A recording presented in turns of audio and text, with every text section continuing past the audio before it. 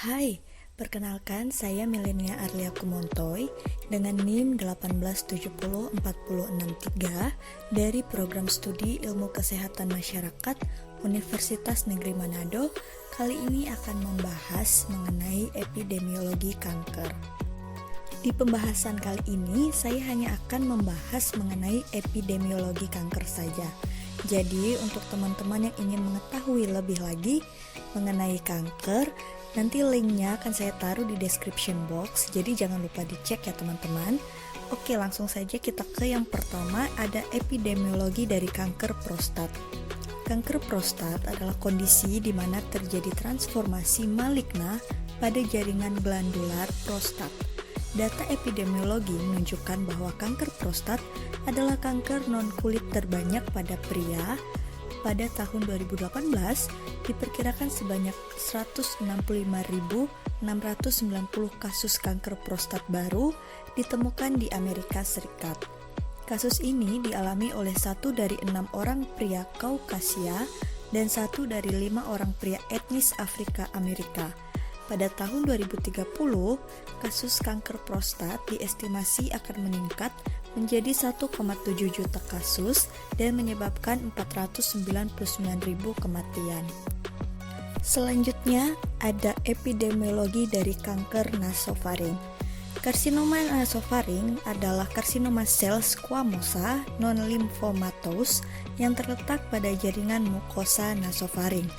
Angka insidensi kanker nasofaring di dunia kurang dari 1/100.000 setiap tahunnya. Prevalensi karsinoma nasofaring lebih tinggi pada beberapa regio seperti Cina, Hong Kong, dan Asia Tenggara dengan insidensi 10-30 kali lipat lebih tinggi dibandingkan wilayah lain. Terdapat 81% kasus baru terjadi di Asia dan 9% kasus terjadi di Afrika setiap tahunnya. Sedangkan di Inggris, insidensi karsinoma nasofaring cenderung lebih rendah, yaitu 0,25 per 100.000 penduduk setiap tahunnya. Yang berikut ada epidemiologi dari kanker limfoma. Dan di pembahasan ini saya akan bagi dua, yaitu ada kanker limfoma Hodgkin dan kanker limfoma non-Hodgkin. Jadi langsung saja kita ke yang pertama, ada epidemiologi dari kanker limfoma Hodgkin. Perlu teman-teman ketahui, limfoma Hodgkin adalah keganasan pada sistem limfoid, tepatnya pada limfosit sel B yang disebabkan oleh mutasi gen. Secara umum, limfoma Hodgkin lebih sering dijumpai pada laki-laki dan perempuan dengan persentase 85%.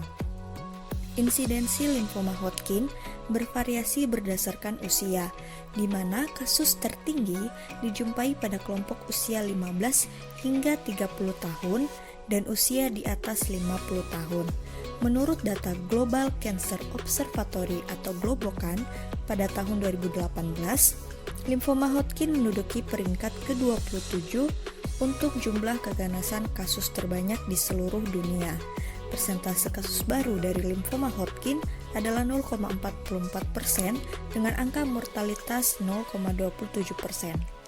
Berikut adalah epidemiologi dari kanker limfoma non-Hodgkin. Limfoma non-Hodgkin adalah sekelompok tumor yang berasal dari sistem limfoid yang menginfiltrasi tidak hanya jaringan limfoid dan hematopoietik, namun juga organ-organ lainnya. Data epidemiologi menunjukkan bahwa sekitar 90% dari penderita kanker limfoma menderita limfoma non-Hodgkin dan sisanya adalah limfoma Hodgkin. Kanker jenis ini sering dijumpai pada daerah yang lebih maju seperti Australia, Eropa Barat dan Utara, serta Amerika Utara. Selanjutnya, kita ada epidemiologi mengenai kanker hati. Kanker hati adalah suatu tumor ganas yang bermula dari organ hati. Kondisi ini terjadi ketika sel-sel di dalam hati bermutasi dan membentuk tumor. Terdapat dua jenis kanker hati, yaitu hepatoma dan metastasis.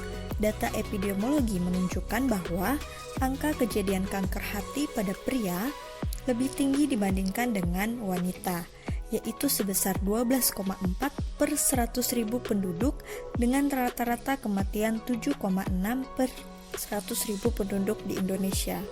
Yang terakhir adalah epidemiologi dari leukemia.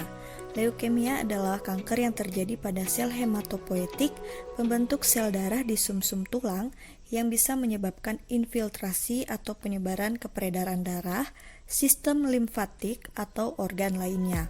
Data epidemiologi menunjukkan bahwa prevalensi leukemia di dunia sebesar 13,7 per 100.000 populasi per tahun dan jumlah kematian leukemia sebesar 6,8 per 100.000 populasi per tahun.